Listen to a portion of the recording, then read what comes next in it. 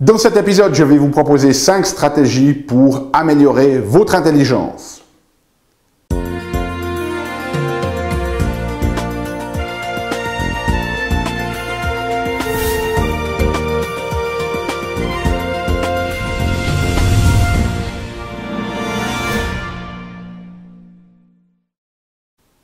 Parce que la vie est bien trop magique pour être petite et que nous avons tous besoin d'une prescription pour grandir en conscience et faire que nos rêves dévorent notre vie. Bonjour, je suis le Dr Yannick Pauly. Bienvenue à un nouvel épisode d'une grande vie où chaque semaine, je vous propose de découvrir des stratégies pratiques pour grandir en conscience, que ce soit d'ordre physique, émotionnel, psychologique ou spirituel, parce que c'est cette conscience qui est au cœur d'une vie pleinement vécue et de notre évolution en tant qu'être humain. Alors, cette semaine, j'aimerais vous parler un petit peu de maximiser votre intelligence. Il y a énormément de choses dans les médias en ce moment sur ces intelligences artificielles. Et donc, certaines des questions, des préoccupations de certains de mes patients, c'est comment est-ce que nous allons faire face au jeu égal, si vous voulez, avec ces intelligences. Et la notion ici, c'est que clairement, d'un point de vue purement de ces formes d'intelligence-là, on ne va pas pouvoir finalement être à la hauteur, mais heureusement en tant qu'être humain nous sommes extrêmement créatifs et nous avons d'autres formes d'intelligence. Et donc l'idée ici c'est de vous donner quelques pistes pour déjà être au meilleur de vous-même. Et ce qu'il faut savoir c'est que cette intelligence c'est hautement génétique. Ça devient fixe à partir de l'âge de 7 à 10 ans. Donc, vous n'allez pas pouvoir créer plus d'intelligence, mais l'idée de ces stratégies, c'est de vous montrer de comment maximiser, en fait, le potentiel que vous avez. Alors, la première, ici, des stratégies, c'est de dormir suffisamment. Si vous voulez télécharger notre fiche résumé infographique, elle est disponible dans notre espace collaboratif. Vous avez le lien dans la description. C'est gratuit. Vous pouvez aller la télécharger. Donc, le premier élément, dormir suffisamment. On sait que si vous ne dormez pas suffisamment, eh bien, cela va affecter vos capacités cognitives. En fait, il y a des études très intéressantes. Par exemple, chez les enfants, si vous prenez un enfant qui est en 6e, et que vous diminuez son sommeil d'1 heure par nuit, eh bien, ses capacités, ses fonctions cognitives vont être l'équivalent de celles d'un enfant de 4e et pas à son âge chronologique. Donc, le sommeil, très très important pour notre intelligence, très très important pour consolider aussi tout ce qui est mémoire. Donc, dormez suffisamment, dormez au moins 8 heures, 8h30 par nuit. Okay? Deuxième stratégie qui est très très importante ici, c'est l'activité physique.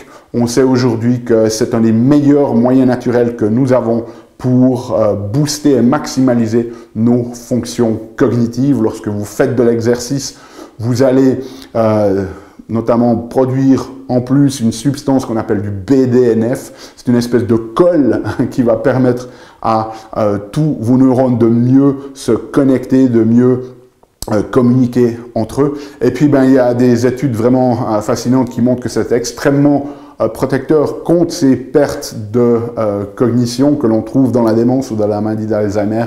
Une activité physique régulière vous permet de réduire le risque de ce type de maladie de quasiment 50%. Donc, pratiquez une activité physique régulière, idéalement au moins une demi-heure de marche tous les jours, même si vous le pouvez, au moins 10 000 pas. Okay? Ensuite, troisième stratégie, restez zen. On sait que dès le moment où vous êtes sous stress, eh bien, ce stress qu'il va faire, c'est qu'il va focaliser énergétiquement, en fait, tout votre système sur les zones limbiques, les systèmes de l'amygdale, donc les zones émotionnelles du corps, et vous allez avoir moins de flux sanguin et moins de production énergétique dans notre cortex préfrontal, qui est au cœur de nos fonctions cognitives. Et donc, dès le moment où vous êtes sous stress, vous en avez déjà très certainement fait l'expérience, eh bien, vous n'êtes plus capable de penser aussi clairement. Des fois, vraiment, ces émotions hackent votre système et vous n'arrivez plus à réfléchir. Okay? Si vous avez été sous des formes intenses de stress, eh bien, vous avez très certainement fait l'expérience personnelle de ce type de situation. Donc, apprenez à gérer vos stress. C'est un des meilleurs moyens d'avoir un accès continu à vos performances cognitives. Quatrième élément, c'est focaliser votre attention. On est dans une société qui est extrêmement productiviste et donc beaucoup d'entre nous ont cette impression que si je fais du multitâche, si je fais plusieurs choses en même temps, eh bien, je vais être beaucoup plus efficient. Et en fait, c'est tout le contraire. Même si vous avez l'impression de faire plus, en fait, vous avez de fortes probabilités que vous brassez de l'air, mais que vous n'êtes pas vraiment efficient. C'est un petit peu comme les gens qui boivent trop d'alcool et qui sont sûrs de pouvoir maîtriser leur conduite, mais quand on leur fait passer des tests, on voit que leurs réflexes sont altérés. Et bien là, c'est exactement la même chose lorsque vous faites du multitâche, que vous faites plusieurs choses en même temps, parce que notre système, il n'est pas fait pour travailler comme ça, il a vraiment besoin de se focaliser, de faire un travail profond. Eh bien, si vous faites du multitâche, vous êtes moins efficient et vos performances cognitives sont diminuées. En fait, il y a des études qui montrent que être en multitâche, vous allez perdre l'équivalent de 10 points de quotient intellectuel. C'est quasiment la même chose que de fumer du hashish. Okay? Donc, extrêmement néfaste pour nous. Donc, ne tombez pas dans l'illusion de croire que vous êtes plus performant quand vous faites du multitâche. Focalisez votre attention. Et puis, cinquième stratégie, eh bien, c'est la collaboration. Demandez de l'aide.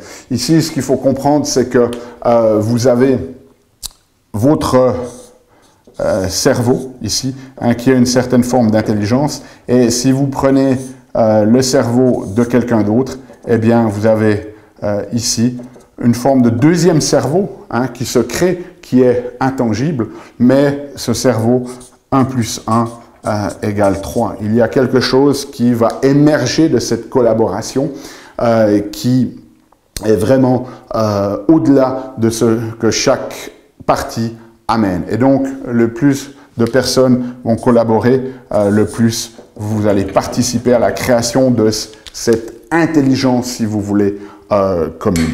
Il y a un livre qui est très intéressant qui s'appelle Créativité par un auteur dont j'arrive jamais à prononcer le nom. Il a aussi écrit le livre Flow, c'est Mihaly Csikszentmihalyi.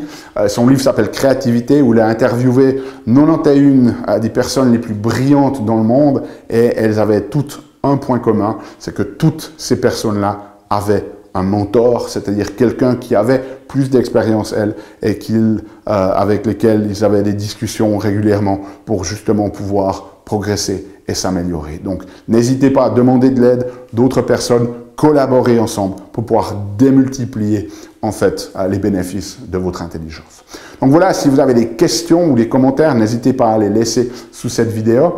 Nous, on se retrouve la semaine prochaine pour un nouvel épisode. D'ici là, souvenez-vous, aimez la vie, émerveillez-vous et contribuez chaque jour un petit peu plus.